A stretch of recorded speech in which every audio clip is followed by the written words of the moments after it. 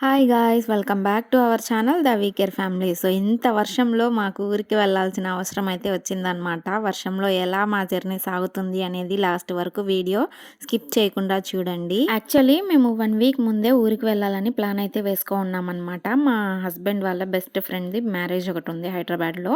So అందుకనేసి Saturday వెళ్దాంలే అని అయితే అనుకున్నాము. అండ్ ఇంకోటి వచ్చేసి మా చెల్లి బర్త్డే కూడా ఉందన్నమాట. రెండు ఒకటేసారి చూసుకొని వచ్చేద్దాంలే, రెండు పనులు ఉన్నాయి కదా అని చెప్పేసి అయితే స్టార్ట్ అయ్యాము. మేము ఊరికి వెళ్దాం అనుకునింది అయితే సాటర్డే మార్నింగ్ అండి. కాకపోతే ఫ్రైడే నైట్ నుంచే ఫుల్ హెవీగా రెయిన్స్ అయితే స్టార్ట్ అయిపోయాయి చెన్నైలో.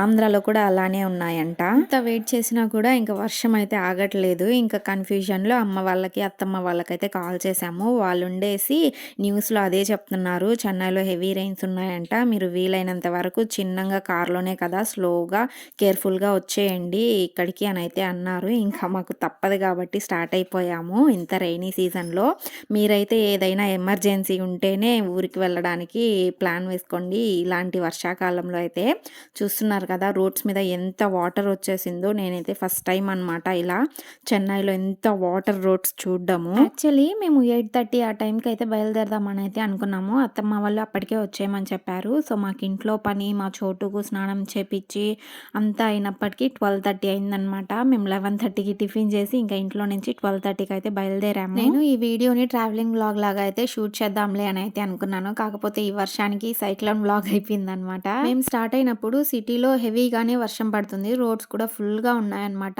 వాటర్ తో. ఇంకా హైవే మీద ఉండదులే అంత వాటర్, వర్షం కూడా తక్కువ పడుతుందేమో అటు సైడ్ కొంచెం సిటీ దాటేస్తే అని అయితే అనుకున్నాము. ఇంకా హైవే మీద ఎక్కువ పడుతుంది వర్షం అయితే.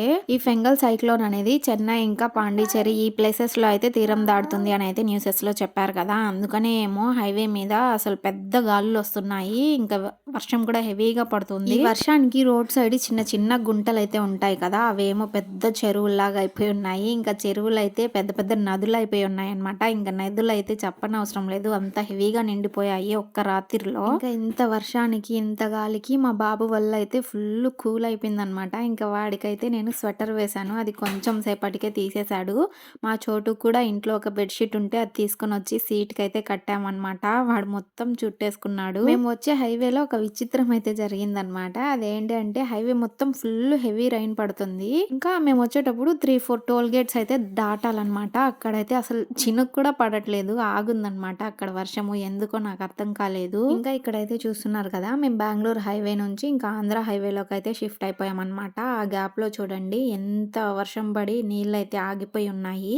నాకైతే భయం వేసింది, కార్లోకి ఎక్కడ వచ్చేస్తాయా ఈ వాటర్ అనేసి. ఈ వర్షానికి ఇంకా రోడ్డు మీద ఉన్న నీళ్లు చూసి నాకు భయం వేస్తుంటే మా బాబు దిగుదాం మమ్మీ ఆడుకుందాము వర్షంలో తడుద్దాము అని అయితే అంటున్నాడు. వాడికి ఏం తెలుసు ఇంత వర్షం పడుతుంది డేంజర్ అనేసి. నార్మల్ గా మేము ట్రావెల్ చేసేటప్పుడు మా చోటోడైతే వెనక సీట్ లో కూర్చుంటాడు కారులో. అయితే వాడికి వెనక విండోస్ అయితే కొంచెం ఓపెన్ చేస్తాము, ఎందుకంటే వాడికి నాజియా ఫీలింగ్ రాకుండా, వామిటింగ్ చేయకుండా అన్నమాట. డాక్టర్స్ అయితే అలా చెప్పారు. కానీ ఈసారి మాత్రం ఫుల్ గా రెయిన్ పడుతుంది కదా, అసలు విండో అనేది ఓపెనే చేయలేదు మేమైతే. పాపం వాడు అర్థం చేసుకొని కొంచెం ముడుక్కొని పడుకున్నాడు అనమాట, ఆ బెడ్షీట్ మొత్తం పైన వేసేసుకొని. ఇక్కడ మేము వచ్చే దారిలో కొన్ని చోట్ల హైవేస్ కొంచెం రిపేర్ చేస్తున్నట్టున్నారు. రోడ్స్ అయితే అస్సలు బాగాలేవు, సర్వీస్ రోడ్ లో అయితే పంపించారనమాట. ఇంకా ఇంత వర్షానికి అంత నీళ్ళల్లో రోడ్స్ బాగాలేకపోతే మాకు రావడానికి కొంచెం కష్టం అనిపించింది. మేము స్టార్ట్ అయినప్పటి నుంచి ఫుల్ గా పడుతూనే ఉందన్నమాట వర్షం అయితే. మేము ఇంకా ఆంధ్రాలోకి ఎంటర్ అయ్యాము, తడా దాటుకున్నాం అనమాట. ఆ టైంకి కొంచెం ఒక 10 మినిట్స్ 15 మినిట్స్ అలా గ్యాప్ ఇస్తూ పడుతూ ఉనింది. మా అయానైతే కారులో ఆడుకొని ఆడుకొని అలసిపోయి వెచ్చగా నిద్రపోతూ ఉన్నాడు. ఇక్కడ చూస్తున్నారు కదా, ఇదైతే నాయుడుపేట దగ్గర ఒక చెరువు అనమాట.